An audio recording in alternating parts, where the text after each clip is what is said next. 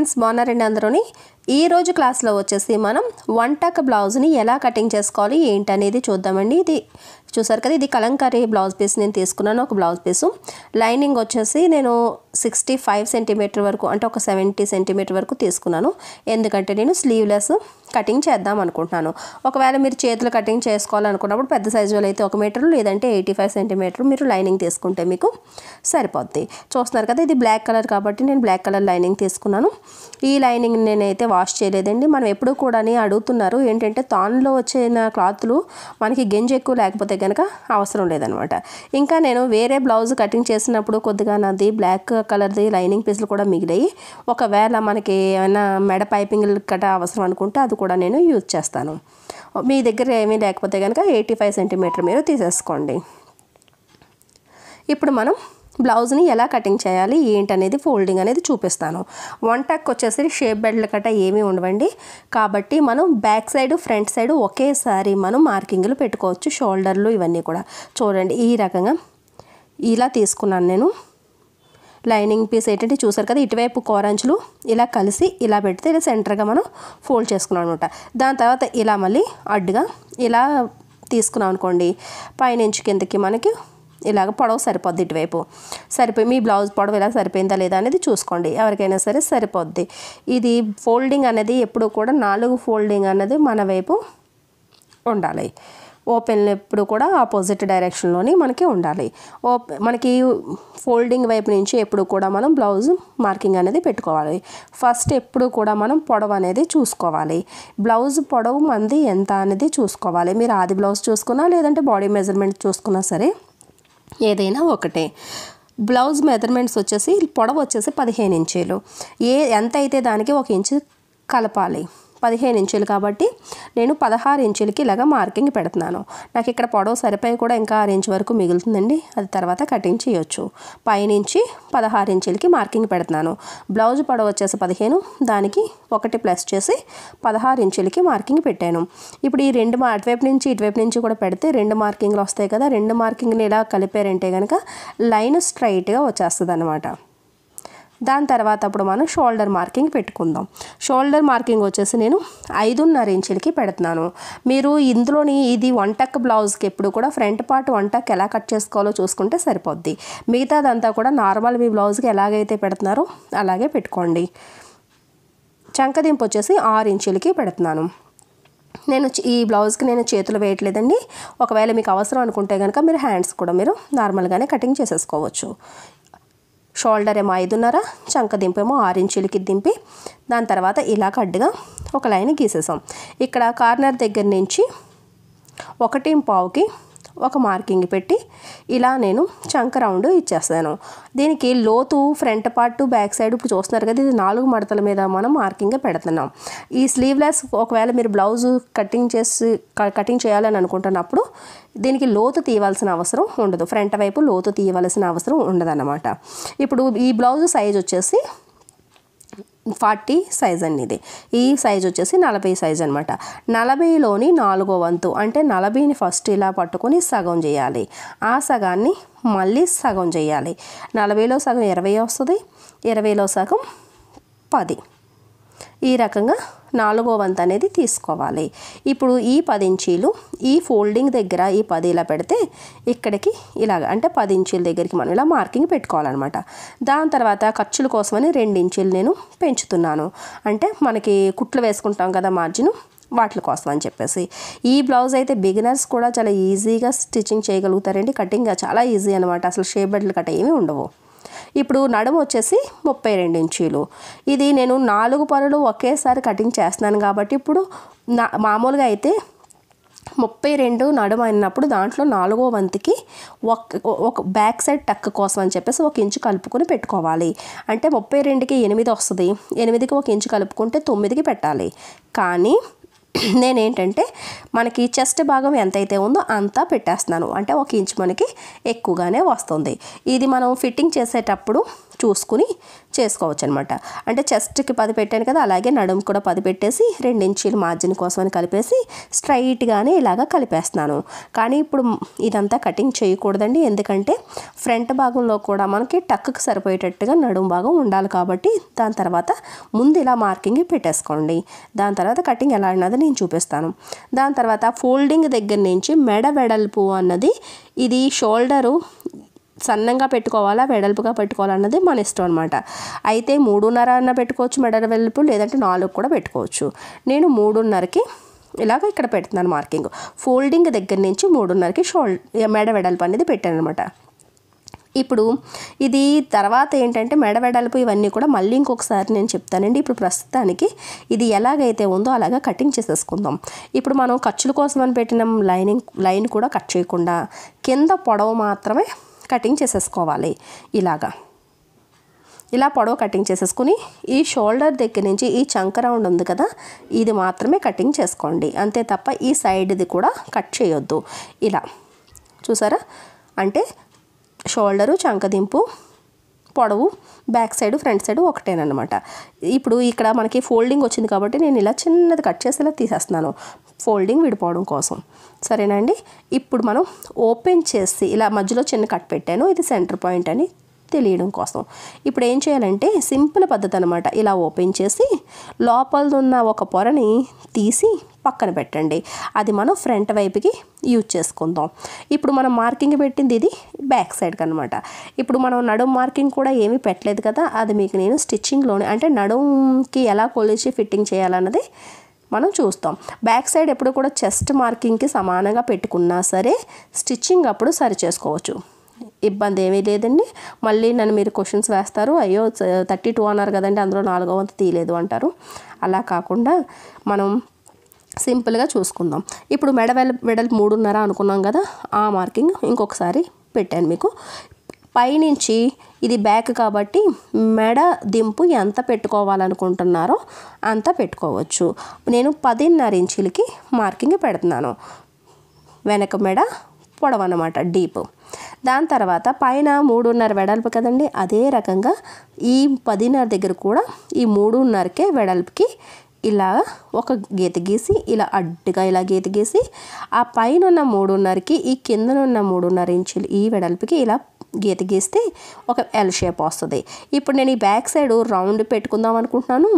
Hooks వచ్చేసి back side వస్తాయి అన్నమాట.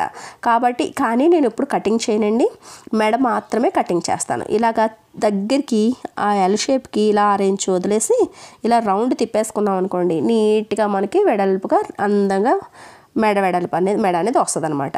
ఇప్పుడు బ్యాక్ సైడ్ కటింగ్ చేయొచ్చు, కానీ నేను చేయను, తర్వాత స్టిచ్చింగ్లో మీకు చేసి చూపిస్తాను. ఇప్పుడు ఈ ఎక్స్ట్రా మార్జిన్ వరకు పెట్టిన క్లాత్ మిగిలినది ఉంది కదా, అది కూడా కట్ చేసి తీసేసాను. ఇప్పుడు ఈ ఫ్రంట్ వైపు ఈ క్లాత్కి ఎక్స్ట్రా మార్జిన్ అన్నది ఎంతవరకు ఉన్నది ఏంటనేది మీకు తెలియడం కోసమని మళ్ళీ బ్యాక్ సైడ్ని ఈ పీస్ మీద ఇలా పెట్టి మనం రెండో లైన్ దగ్గర కటింగ్ చేస్తాం కదా, అక్కడికి ఒక మార్కింగ్ పెట్టుకుందాం. పెట్టుకుంటే ఒకటి తెలుస్తుంది అనమాట మనకి ఇంతవరకు మన బ్లౌజు ఫిట్టింగ్ మార్కింగు అని. ఇలా సేమ్ టు సేమ్ పెట్టి బ్యాక్ సైడ్ ఇది చూసారా ఫిట్టింగ్ మార్కింగ్ దగ్గరికి ఇలా లైన్ గీస్తున్నాను అనమాట. అలాగే మనకి ఇది ఎక్స్ట్రా మార్జిన్ది, ఈ లైను ఫిట్టింగ్ మార్జిన్ది. ఈ రెండిట్లకి కూడా నేను ఇలా లైన్ గీస్తున్నాను.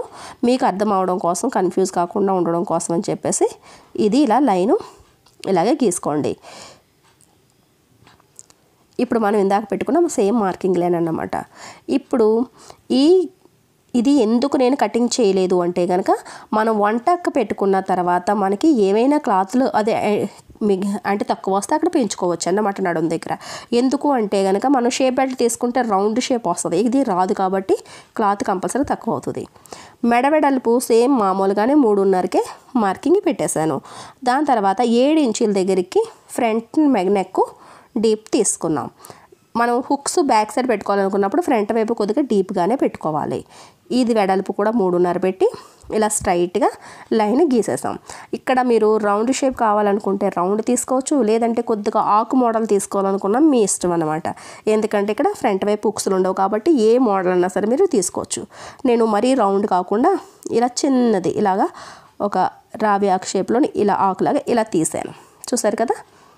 మీ ఇష్టం, అది రౌండ్ కావాలనుకుంటే ఇంకా కిందకి తీసుకుంటే రౌండ్ అయిపోద్ది అనమాట. ఇప్పుడు మనం ఫ్రంట్ వైపు మనకి నెక్ కూడా అయిపోయింది. ఇప్పుడు 1 టక్కి ఎలా మార్కింగ్ చేసుకోవాలనేది చూద్దాం.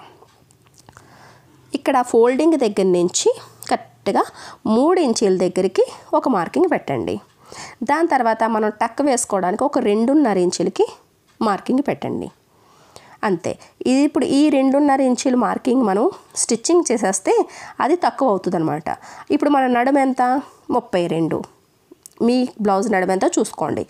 అందులోని 4వ వంతు ఎంత? 8. ఈ 8కి ఈ 2.5 ప్లస్ చేయాలి. ఎందుకంటే ఆ టక్ అనేది కుట్టేసిన తర్వాత అది వేస్ట్గా పోతుంది, అది అక్కడ ఉండదు. అప్పుడు ఈ 8కి 2.5 కలిపితే 10.5 వచ్చింది. ఇప్పుడు ఏం చేయాలంటే ఈ ఫోల్డింగ్ దగ్గర నుంచి ఈ ఫిట్టింగ్ మార్కింగ్ ఉంది కదా, ఇక్కడికి 10.5 ఉన్నదా లేదా అన్నది చూడాలి. చూసారు కదా, 10 ఇంచీల కన్నా నాకు ఇంకా కొద్దిగా తక్కువగానే ఉన్నది, 10 ఇంచీలు లగభగ్ ఉందన్నమాట. ఇప్పుడు నాకు 10.5 కావాలి కదా, 1/2 ఇంచు కానీ లేదంటే ఒక 3/4 ఇంచు కానీ ఇలా కలుపుకుని ఇప్పుడు పైన చెస్ట్ మార్కింగ్ దగ్గర ఏమీ మార్పులు చేయక్కర్లేదు, అక్కడ సరిపోద్ది క్లాత్. ఇక్కడ మనకి 1 టక్ వల్ల ఇక్కడ సరిపోదు అనమాట. ఇక్కడ నుంచి ఇలా క్రాస్గా ఇలాగ లైన్ గీసుకోవాలి. ఇప్పుడు ఏంటంటే మీరు టక్ వేసిన తర్వాత కూడా మీకు కావాల్సినంత క్లాత్ మీకు ఉంటుందన్నమాట. అందుకనే ఫస్ట్ నేను మార్జిన్ది కట్ చేయొద్దని చెప్పాను. ఇప్పుడు ఈ 2.5కి మధ్యలోని సెంటర్ పాయింట్ రావాలంటే 2.5ని సగం చేస్తే 1.5, ఇలా 1.5కి మార్కింగ్ పెట్టండి. అంటే ఆ 2.5కి సెంటర్ పాయింట్ తీసుకున్నాం అనమాట. ఇప్పుడు ఈ సెంటర్ పాయింట్ దగ్గర నుంచి ఫోల్డింగ్కి ఎంత ఉందో చూసుకోండి. చూసుకుంటే 4.5 ఇంచీలు వస్తుంది. 4.5 ఇంచీలు వచ్చింది. ఇదే 4.5 ఇంచీలు ఇంకా కొద్ది పైకి ఇలా పెట్టి స్ట్రైట్గా లైన్ గీయడానికి ట్రై చేయండి. ఇలా స్కేల్తోని ఇలాగా లైన్ గీయండి. ఈ లైను పైనుంచి ఎంతవరకు ఉండాలి అంటే కనుక కనీసం 10.5 ఇంచీల వరకు అన్నా సరే, 10.5 లేదంటే 11, ఈ లైన్ ఈ 10కి 11కి మధ్యలో ఉండాలన్నమాట. 10.5కి నేను మార్కింగ్ పెట్టాను. ఇది మనకి షేప్ పాయింట్ వస్తుంది అనమాట. ఇప్పుడు ఇక్కడ మనం స్ట్రైట్గా కింద నుంచి ఈ మార్కింగ్ టక్ మార్కింగ్ దగ్గర 2 ఇంచుల దగ్గరికి ఇలా స్ట్రైట్గా లైన్ గీయాలి. ఇటువైపు కూడా 2 ఇంచులకి స్ట్రైట్గా లైన్ గీయాలి. ఇలా గీసినప్పుడు మీకు నడుము కతికించినప్పుడు ఉగ్గులు రాకుండా ప్రాబ్లం రాకుండా ఉంటుంది అన్నమాట. ఫినిషింగ్ చాలా బాగుంటుంది. ఇప్పుడు అక్కడి నుంచి ఆ 2 ఇంచుల దగ్గర నుంచి ఇలాగా ఈ 10.5 ఇంచుల వరకు ఇలా స్ట్రైట్గా లైన్ గీసాం కదా, అక్కడికి ఇలాగా కలిపేసుకోవాలి. చూసారు కదా, ఇది 1 టక్ పెట్టుకునే పద్ధతి. మిగతాదంతా మీ బ్లౌజ్కి ఎలాగైతే కటింగ్ చేసుకుంటున్నారో అలాగే కటింగ్ చేసుకోండి. 1 టక్ పెట్టిన తర్వాత మాత్రం నడుం దగ్గర ఏమైనా తగ్గుతుందేమో క్లాత్ పెంచుకోండి. ఇప్పుడు నేను పెంచినట్టుగా. ఇప్పుడు మిగతాదంతా నేను ఈ మెడ ఫస్ట్ కటింగ్ చేసేస్తున్నాను. దాని తర్వాత ఇక్కడ ఏముంది మార్జిన్ దగ్గర చిన్నది క్రాస్గా ఇలా చిన్న ముక్కే మనకి మిగిలింది, ఇది తీసి కట్ చేసి తీసేసాం. ఇప్పుడు మనకి టక్స్ దగ్గర 2 పొరలకి మనకి ఇలా మనకి మార్కింగ్ వస్తుంది అనమాట. అది ఇలా జరిగేటప్పటికి ఇది కూడా సరిపోద్ది. ఈ రకంగా చూసుకోవాలి. ఎప్పుడు కూడా ఖర్చులు మాత్రం మనకి దృష్టిలో పెట్టుకోవాలన్నమాట. ఇప్పుడు టక్కి మార్కింగ్ ఉంది కదండి, ఆ టక్ మార్కింగ్కి ఇలాగ చిన్న చిన్న కట్స్ పెట్టేసుకుందాం. ఇప్పుడు మన బ్లౌజ్ పీస్ని, ఇది లైనింగ్ కటింగ్ అయిపోయింది కదా, ఇప్పుడు మనం బ్లౌజ్ పీస్ని తీసుకుని ఇది ఇలాగ మధ్యలోకి ఇలాగ ఫోల్డ్ చేసి ఇలా పెట్టాను. చూసారు కదా, ఈ రకంగా నార్మల్గా మనం బ్లౌజ్ ఎలాగైతే కటింగ్ చేస్తామో అలాగే. పువ్వులు కూడా ఉన్నాయి కాబట్టి ఆ కొమ్మలు పైకి వచ్చేటట్టుగా డిజైన్ కూడా చూసుకోవాలి. బ్యాక్ సైడ్ది ఫోల్డింగ్ దగ్గరకు వచ్చేటట్టుగా ఇలా సమానంగా ఇలా పెట్టి ఫస్ట్, దాని తర్వాత దాని కిందేమో ఫ్రంట్ పార్ట్ ఇలా పెట్టామంటే సరిపోద్ది అనమాట. మనకి ఇంతే సరిపోద్ది క్లాత్. ఫస్ట్ మనం బ్యాక్ సైడ్ది కటింగ్ చేసేద్దాం. ఇలాగే పెట్టుకుని మీరు లేదంటే మార్కింగ్ చేసి కట్ చేయొచ్చు, లేదంటే సూదులు పెట్టి కదలకుండా బిగినర్స్ అయితే కనుక కటింగ్ చేసుకోవచ్చు. ఇది కాటన్ క్లాత్ కాబట్టి కదలకుండానే ఉంది కాబట్టి ఇలాగే పెట్టి నేను కటింగ్ చేసేస్తున్నాను. సరేనండి. ఇలాగ మనం మెడ అంతా ఇలా ఎప్పుడు కూడా లైనింగ్ పీస్కి ఎక్స్ట్రాగా అతిగా ఎక్కువగాని బ్లౌజ్ పీస్ కటింగ్ చేయకూడదు. చేస్తే బిగినర్స్కి ఎగుడు దిగుడుగా అతికించారు అంటే కనుక ఎక్కువగా ఉగ్గులు వచ్చే అవకాశం ఉంటుంది. సమానంగానే కటింగ్ చేశారు అంటే కనుక అలా సమానంగా చేసిన లైనింగ్ పీస్లు అటాచ్ చేసేటప్పటికి బ్లౌజ్ పీస్ కొద్దిగా ఎక్కువే అవుతుంది కానీ తక్కువైతే అవ్వదన్నమాట. చూస్తున్నారా, ఇలాగ నేనైతే సమానంగానే కట్ చేయడానికి ట్రై చేస్తాను. ఇప్పుడు బ్యాక్ సైడ్ది అయిపోయింది కదా, ఈ బ్యాక్ సైడ్ పీస్ని ఇలా ఫోల్డ్ చేసుకొని తీసేసుకోండి. దాని తర్వాత కింద ఫ్రంట్ పార్ట్ని పెట్టుకుందాం.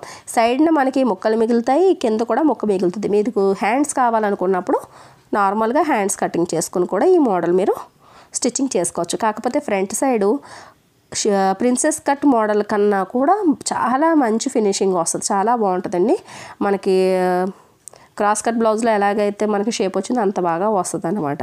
తప్పకుండా మీరు మాత్రం ట్రై చేయండి ఒకసారి. ఇప్పుడు ఈ సేమ్ ఇదే ఎలాగైతే పెట్టామో అలా ఫోల్డింగ్ కలిపేటట్టుగా పట్టుకుని ఇలా మిగతాదంతా సమానంగా పట్టుకుని కటింగ్ చేసేసుకోవడమే. ఇప్పుడు మనకి బ్యాక్ సైడ్ ఫ్రంట్ సైడ్ కూడా మనకి కటింగ్ అయిపోయింది.